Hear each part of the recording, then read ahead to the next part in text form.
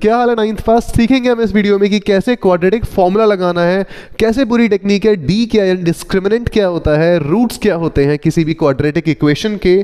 तो शुरू करते हैं।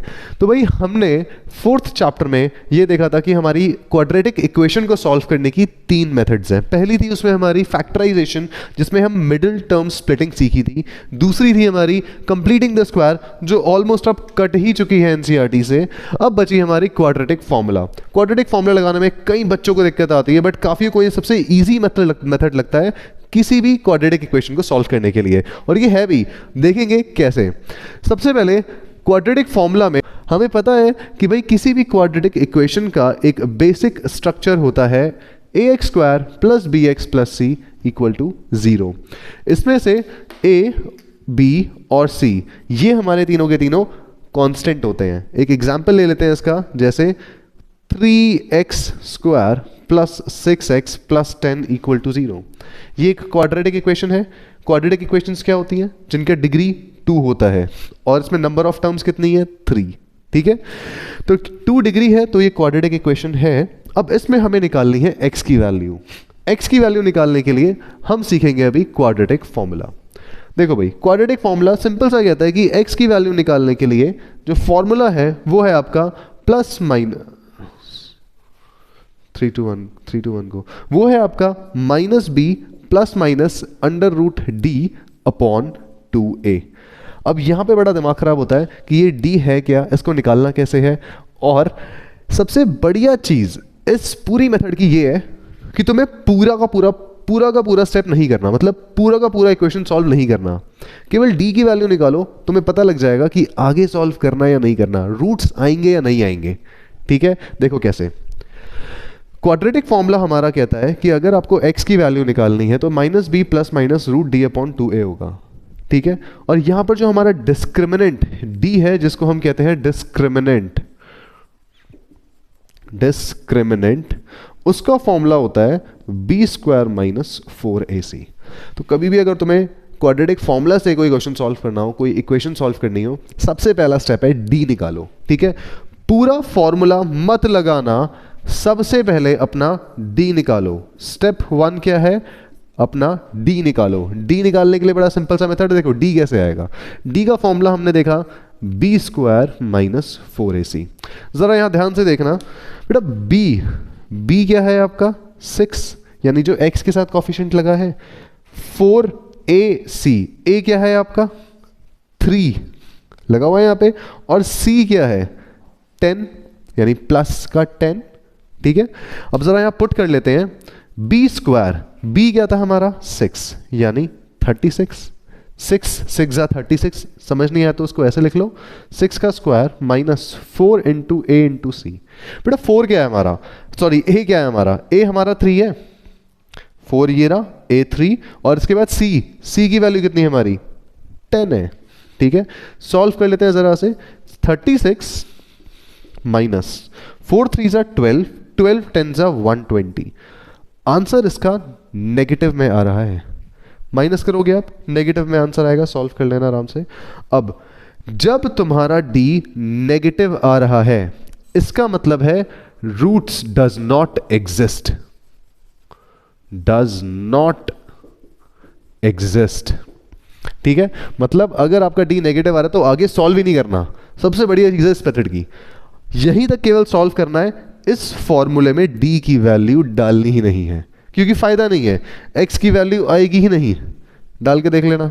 ठीक है, अब इसके बाद ये तो हो गया जब d की वैल्यू तुम्हारी नेगेटिव आ रही है। देखो क्या क्या केस बने, केसेस लिख लेते हैं पहले। अगर आपकी d की वैल्यू नेगेटिव आ रही है तो आपके नो रियल रूट्स है ही नहीं। अगर d की वैल्यू आपकी 0 आ रही है, ठीक है, इसको ऐसे ना लिख के ऐसे लिख लेते हैं, नेगेटिव आ रही है, तो रियल रूट्स एग्जिस्ट और both the roots are equal. अभी इसका मतलब क्या है ये अभी हम देखेंगे आगे एग्जाम्पल में। ठीक है, पहली हमने चीज देखी कि अगर आपका d नेगेटिव आ रहा है तो आगे सॉल्व करने की जरूरत ही नहीं है, क्वेश्चन खत्म। फाइन। अब इसके बाद अगर d हमारा 0 आता है, इसका मतलब ये कि रूट्स तो एग्जिस्ट करते हैं बट दोनों रूट्स बराबर आएंगे, x की दो वैल्यूज आएंगी और दोनों एक जैसी आएंगी। एग्जाम्पल लेके देखेंगे अभी। अगर तीसरी कंडीशन हमारी होती है कि d की वैल्यू पॉजिटिव या फिर d की वैल्यू ग्रेटर देन 0, ठीक है, d की वैल्यू ग्रेटर देन 0, यानी अगर d की वैल्यू ग्रेटर देन 0 है तो रियल रूट्स एग्जिस्ट और बोथ एंड डिस्टिंक्ट रूट्स मिलेंगे हमें, डिस्टिंक्ट रूट्स। अभी बस देखते जाओ उन्हें कि क्या लिख रहा हूं मैं, मगर अब देखते जाओ, बस हजम करते जाओ। अभी आगे एग्जाम्पल करेंगे। पहला हमने एग्जाम्पल कर लिया जब हमारा d नेगेटिव आता है। अब देखेंगे कि जब हमारा d 0 आए, व्हाट इफ अगर d 0 आ जाए तब क्या करेंगे। देखो रूट 0 आएगा, इसके लिए हम एग्जाम्पल लेते हैं। एग्जाम्पल 18 एनसीईआरटी के एग्जाम्पल्स रहेंगे 3x square minus 2x plus 1/3। यह है हमारी क्वाड्रेटिक इक्वेशन। एक काम करते हैं, क्योंकि डिनोमिनेटर में 3 दिक्कत देगा, इस पूरी इक्वेशन को 3 से मल्टीप्लाई कर लेते हैं। तो क्या होगा, देखो आप जब 3 को 3 से मल्टीप्लाई करोगे तो 9x का स्क्वायर माइनस 3 को जब आप 2 से मल्टीप्लाई करोगे तो 6x प्लस 1/3 को जब आप 3 से मल्टीप्लाई करोगे तो आंसर आएगा 1 इक्वल टू 0 डालना ना 0, ठीक है। तो ये आ गया आपका पॉलिनोमियल, ठीक है, क्वाड्रेटिक पॉलिनोमियल आ गया हमारा। बेटा जब ये क्वाड्रेटिक पॉलिनोमियल आ गया हमारा, इसके बाद इसको जरा कंपेयर करो ax square plus bx plus c से। ध्यान से आपको एक चीज ध्यान रखनी है, बहुत ज्यादा ध्यान से एक चीज ध्यान रखनी है। a की वैल्यू 9 है, b की वैल्यू -6 है, ठीक है, b की वैल्यू आपकी -6 है और c की वैल्यू +1 है। अब फिर से जरा क्वाड्रेटिक फॉर्मूला हम लिख लेते हैं। देखो क्वाड्रेटिक फॉर्मूला में सबसे पहला स्टेप क्या बताया था मैंने, स्टेप 1 था आपका, आपको d निकालना है, डिस्क्रिमिनेंट निकालना है।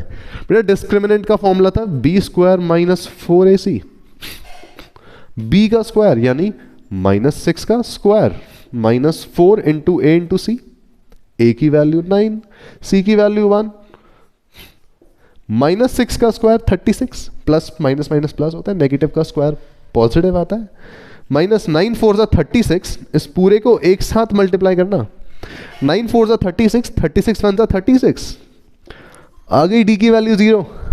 अब जब d की वैल्यू 0 आ जाए तो तुम्हें आगे सॉल्व करना पड़ेगा, अफसोस, ठीक है। अब आगे सॉल्व कैसे करना है, देखो ये आया हमारा d, हमें तो x की वैल्यू चाहिए, x की वैल्यू तो पूछी जाती है, सॉल्यूशन, इस क्वाड्रेटिक फॉर्मूला इक्वेशन का सॉल्यूशन, पॉलिनोमियल का सॉल्यूशन। x की वैल्यू निकालने के लिए हमारा जो फॉर्मूला था वो था -b plus minus √d upon 2a। अब देखो पहले आप क्या करोगे, माइनस लिखा, माइनस, बेटा b की वैल्यू कितनी थी, -6 थी, तुम्हें -6 का माइनस अलग से लिखना है, ठीक है। अब एक जगह तुम प्लस लिखोगे √d अपॉन 2, a कितना था, a था हमारा 9, एक जगह तो तुम इसका प्लस लिखोगे और एक जगह माइनस भी लिखोगे, -6 माइनस √d अपॉन 2 इंटू 9। ये क्लियर है। तो यहां पे प्लस माइनस इसलिए दे रखा है ताकि आपके दो अलग अलग रूट्स निकलेंगे, आपको देखने हैं कि आपके दो अलग अलग रूट्स क्या आ रहे हैं। एक जगह तुम प्लस लोगे, एक जगह माइनस लोगे, बाकी सब कुछ सेम है, सेम छापना है। अब d की वैल्यू कितनी थी हमारी, d की वैल्यू तो हमारी 0 आई थी, यहाँ पे ये ना d की वैल्यू हमारी 0 आई थी, तो यहाँ पे लिखोगे 0, इस d को हटा के लिख दो 0। आगे सॉल्व करते हैं भाई, माइनस माइनस होता है प्लस, यानी 6 प्लस 0 का रूट 0 ही होता है, 6 प्लस 0 0 ही आएगा, ठीक है, सॉरी 6 ही आएगा, अपॉन 9 2 जा 18। एक और बार सॉल्व कर लेते हैं, -6 ये +6 हो जाएगा, माइनस माइनस प्लस, और अब माइनस करो अगर आप रूट 0 को तो 6 ही आएगा, अपॉन 9 2 जा 18।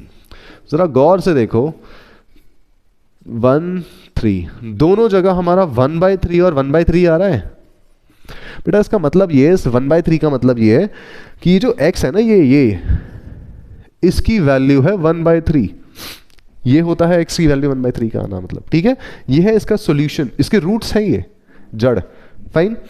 तो यहां पे आप देखो आपको दो रूट्स मिल रहे हैं और दोनों सेम मिल रहे हैं, यही देखा था हमने। अगर d 0 है तो रियल रूट्स एग्जिस्ट कर रहे हैं रूट्स, ठीक है। बट दोनों के दोनों रूट्स इक्वल हैं, इक्वल भी है रूट्स, फाइन। इसके बाद अगला केस हम देखेंगे जब d की वैल्यू 0 से बड़ी होगी। थर्ड केस आप देखते हैं।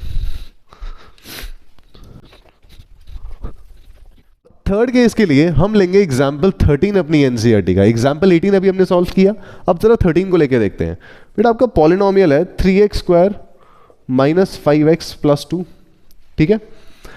अब फिर से हमें सबसे पहला स्टेप क्या करना है, स्टेप 1 हमारा है d की वैल्यू फाइंड करना, b square minus 4ac। Video pause करके पहले d की वैल्यू फाइंड कर लो, उसके बाद आंसर मैच करना, ओके। अब बेटा b की वैल्यू देखो, a और b लिख लेते हैं पहले। a आपका कितना हो गया 3, ये रहा 3। b कितना हो गया पूरा का पूरा -5, और c कितना हो गया हमारा 2 प्लस का 2। बेटा b का स्क्वायर कह रहा है ये, यानी -5 का square -4 multiply a multiply c। a क्या है हमारा 3, c क्या है 2, ओके। -5 का स्क्वायर होता है 25, 5 से 25, नेगेटिव का स्क्वायर पॉजिटिव होता है माइनस। इनको आप एक साथ सॉल्व करोगे, 4 3 ज़ा 12, 12 2 ज़ा 24। अच्छा d की वैल्यू आ गई 1, ना d इज ग्रेटर देन 0, 0 से बड़ा हो गया d, 1 है तो।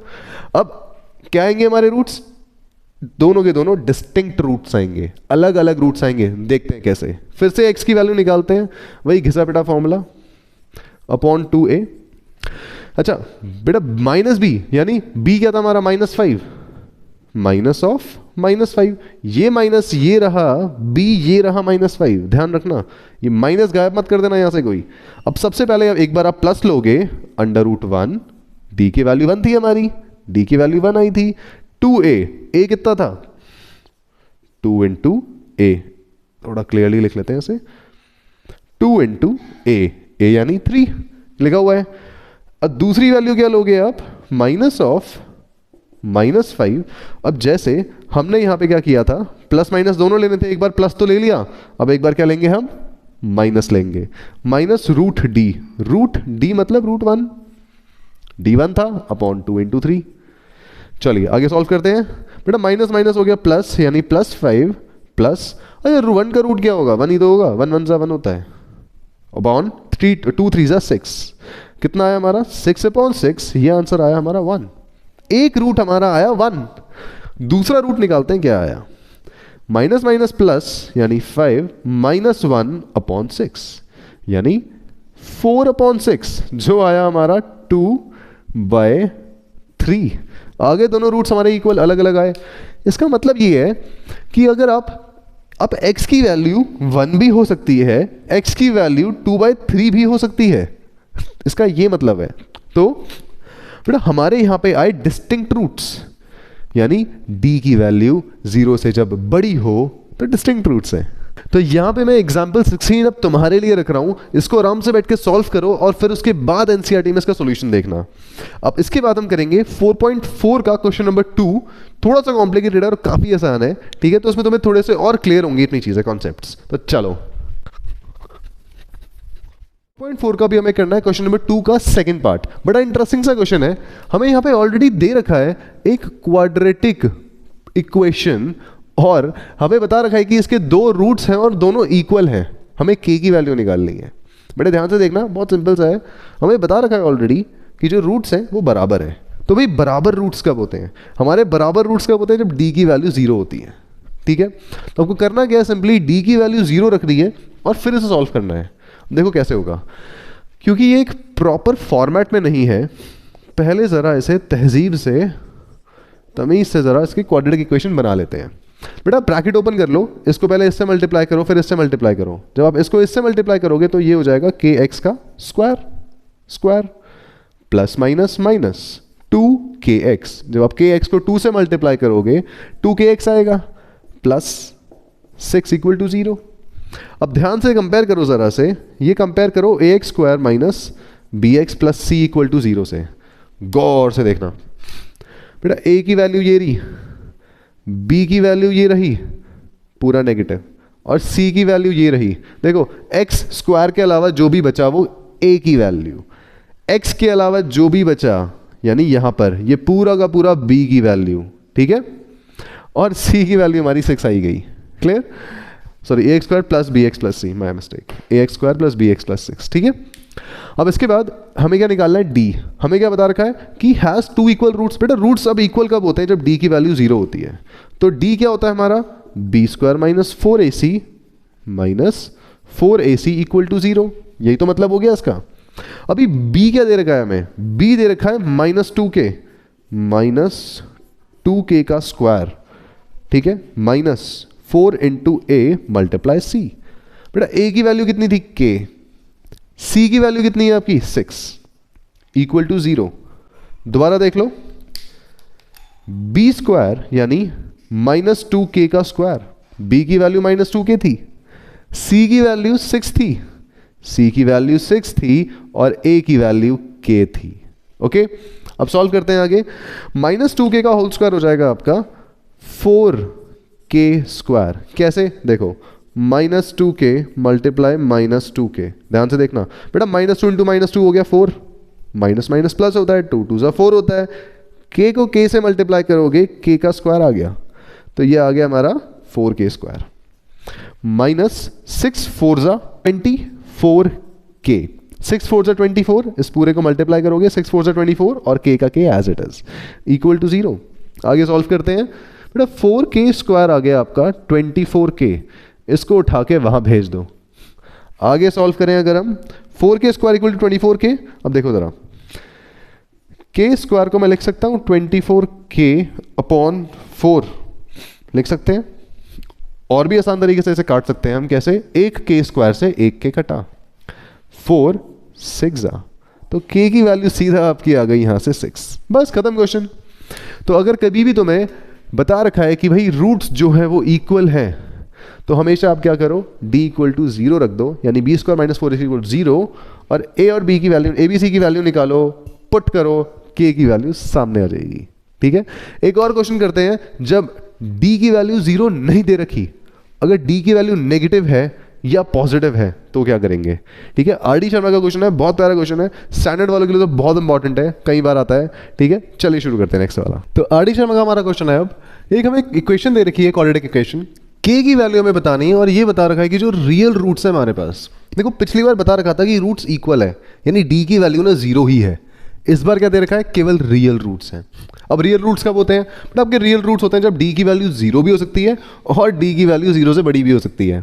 तो मतलब यहाँ पे आप एग्जैक्टली एक नंबर नहीं बता पाओगे, आपको एक रेंज बतानी पड़ेगी। ठीक है, चलो देखते हैं कैसे निकलेगा। सबसे पहले इक्वेशन सिंप्लीफाइड है, कोई दिक्कत नहीं है, k की वैल्यू हमें निकालनी है, तो लिख लेते हैं ज़रा यहाँ पे, इसी को लिख लेते हैं, इसकी हमारी ax प्लस बी एक्स उसकी फॉर्म में ax square plus B x plus c, इसकी फॉर्म में लिख लिया हमने, नॉर्मल स्ट्रक्चर। बेटा a की वैल्यू हमारी क्या हो गई 9, b की वैल्यू क्या हो गई प्लस 3k, और c की वैल्यू हो गई हमारी 4, ये रहा प्लस 4c। ठीक है, अब इसके बाद हमें बता रखा है कि d जो है वो क्या है, हमारा रियल है, यानी d हमारा 0 से बड़ा भी हो सकता है और 0 के बराबर भी हो सकता है। इसका ये मतलब है 0 से तो बड़ा हो सकता है, बड़े के लिए ग्रेटर देन का साइन लगता है, और एक साइन का लगता है इक्वल टू का, दोनों हो सकते हैं। तो हम क्या करते हैं, एक ग्रेटर देन और इक्वल टू का साइन लगाते हैं कुछ इस तरह से। अब देखो d की जगह आप क्या लिखोगे, b square minus 4ac is greater than और इक्वल टू 0। ध्यान से देखो, सिंपल कैलकुलेशन है, जैसे इक्वल टू लगता है ना वैसे ये लगेगा साइन। कई बच्चों को दिक्कत आती है इसमें कई बार, ध्यान से देखना। अब b square minus 4ac, b square यानी 3k का whole square minus 4 multiply a multiply c यानी 4 विच इज इक्वल टू और ग्रेटर देन 0। बेटा 3k स्क्वायर यानी 3 का स्क्वायर हो गया आपका 9, k स्क्वायर यानी k का स्क्वायर माइनस 4 4 ज़ा 16, 16 इंटू 9, देखो इसको 16 इंटू 9 लिख रहा हूं मैं अभी, क्यों लिख रहा हूं पता लगेगा तुम्हें अभी। अब जरा ध्यान से देखो, हम इसमें से क्या करेंगे, 9 को ना कॉमन निकाल लेंगे। ठीक है, इसलिए मैंने यहाँ पे 9 को मल्टीप्लाई नहीं किया, क्योंकि मुझे आगे दिख गया कि 9 कॉमन निकल रहा है, तो 9 को इसमें से पहले निकालो कॉमन। बेटा कॉमन निकाल के क्या बचा, k स्क्वायर माइनस 16, यही बचा हमारे पास, ठीक है। 9 को बाहर निकाल दिया हमने इन दोनों में से। अब इसके बाद 9 को ज़रा इसके नीचे भेज दो, जैसे इसको ना बस इक्वल टू समझ के कैलकुलेट करो, इसको लेके कंफ्यूजन क्रिएट मत करना, बार बार कह रहा हूँ। तो बेटा K square minus 16 greater than equal to 0/9। अभी 0/9 क्या होगा, 0 तो हो जाएगा, ठीक है। तो यहाँ से हम एक और चीज़ लिख सकते हैं, के स्क्वायर इक्वल टू और ग्रेटर देन 16। क्या करा हमने, इस -16 को उधर भेज दिया, तो ये हो गया +16। अभी k की वैल्यू क्या आएगी, देखो k की वैल्यू ध्यान से देखो, जो k की वैल्यू होगी ये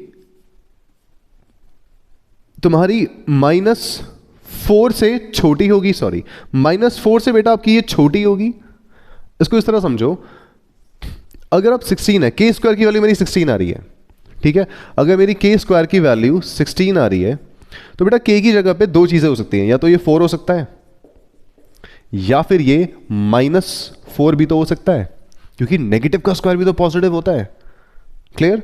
तो ऐसे ही हम यहां पे क्या करेंगे, आप ना ये 4 और -4 की रेंज उठा लोगे।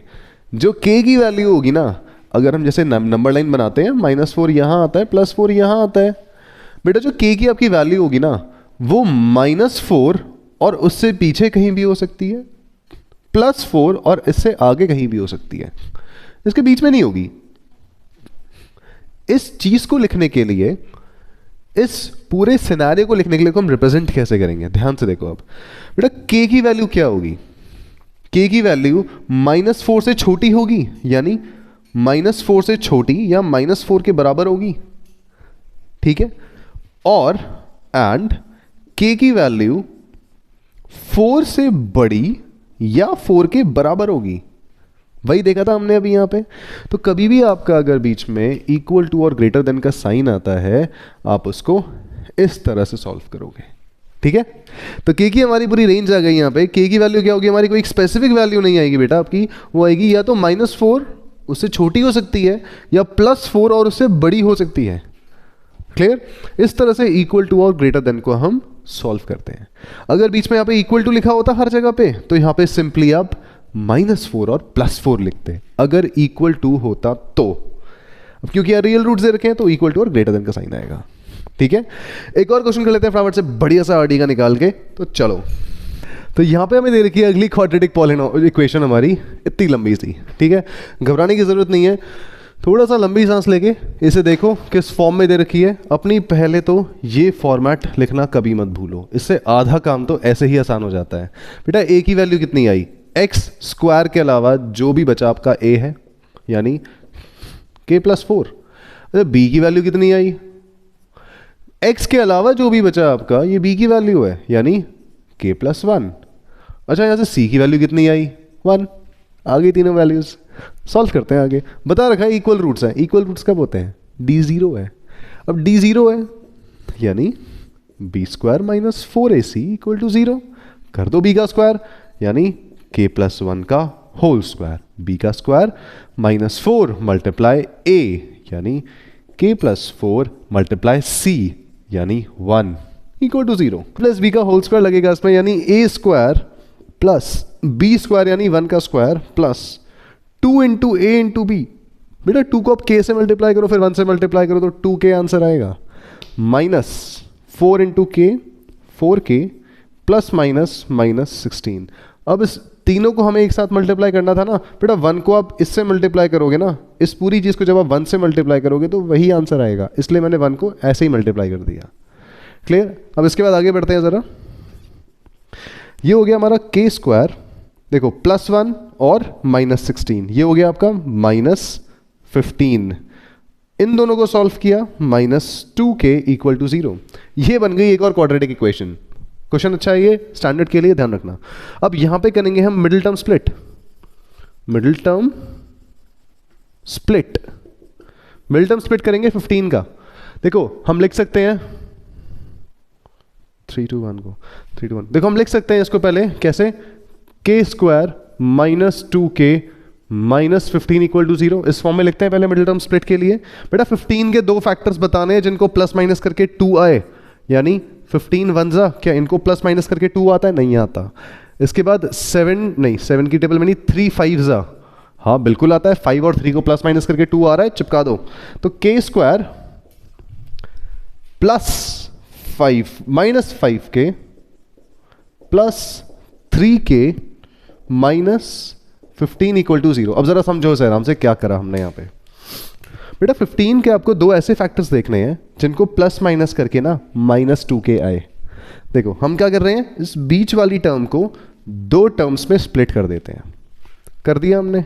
हम लिख सकते हैं -2 को मैं लिख सकता हूं -5k प्लस 3k लिख सकते हैं, और 5 3 15 भी होता है। मिडिल टर्म स्प्लिट है ये। किसी को मिडिल टर्म स्प्लिट नहीं आती, दूसरी वीडियो में देखना, मैं नीचे लिंक दे दूंगा कि मिडिल टर्म स्प्लिट कैसे करते हैं, ठीक है। उसमें पूरा एक्सप्लेन होगा ये कि मिडिल टर्म स्प्लिटिंग कैसे कैसे है, वो पूरा एक्सप्लेन करा हुआ मैंने उसमें आराम से।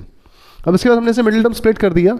अब मिडिल टर्म स्प्लिट से हम फैक्टराइजेशन कर रहे हैं। देखो बेटा पहले दो नंबर से हमने k कॉमन निकाला तो k -5 बचा, इन दोनों में से 3 कॉमन निकाल लिया, इस पे से भी k -5 बचा, plus plus plus plus minus minus equal to 0।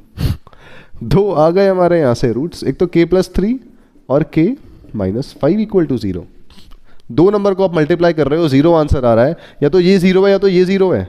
तो पता करने के लिए हम क्या करते हैं, पहले k + 3 को 0 के इक्वल पुट करेंगे और फिर k -5 को 0 के इक्वल पुट करेंगे। बेटा k की वैल्यू आ गई -3 और यहाँ से k की वैल्यू आ गई +5। तो ये थी k की दो वैल्यूज अगर हमारा डिस्क्रिमिनेंट 0 है, यानी हमें इक्वल रूट्स दे रखे हैं, ठीक है। तो काफ़ी हद तक ऑलमोस्ट हमने हर तरह का क्वेश्चन कर लिया है इसका, केवल वर्ड प्रॉब्लम्स बचे हैं, वो हम अगली वीडियो में डिस्कस करेंगे। तो ये था हमारा quadratic formula, A to Z सब टाइप के क्वेश्चन हम कर चुके हैं। आई होप तुम्हें अच्छे से क्लियर हो गया होगा। तो मिलते हैं अगली वीडियो में, तब तक के लिए कीप ट्रैकिंग द कॉन्सेप्ट।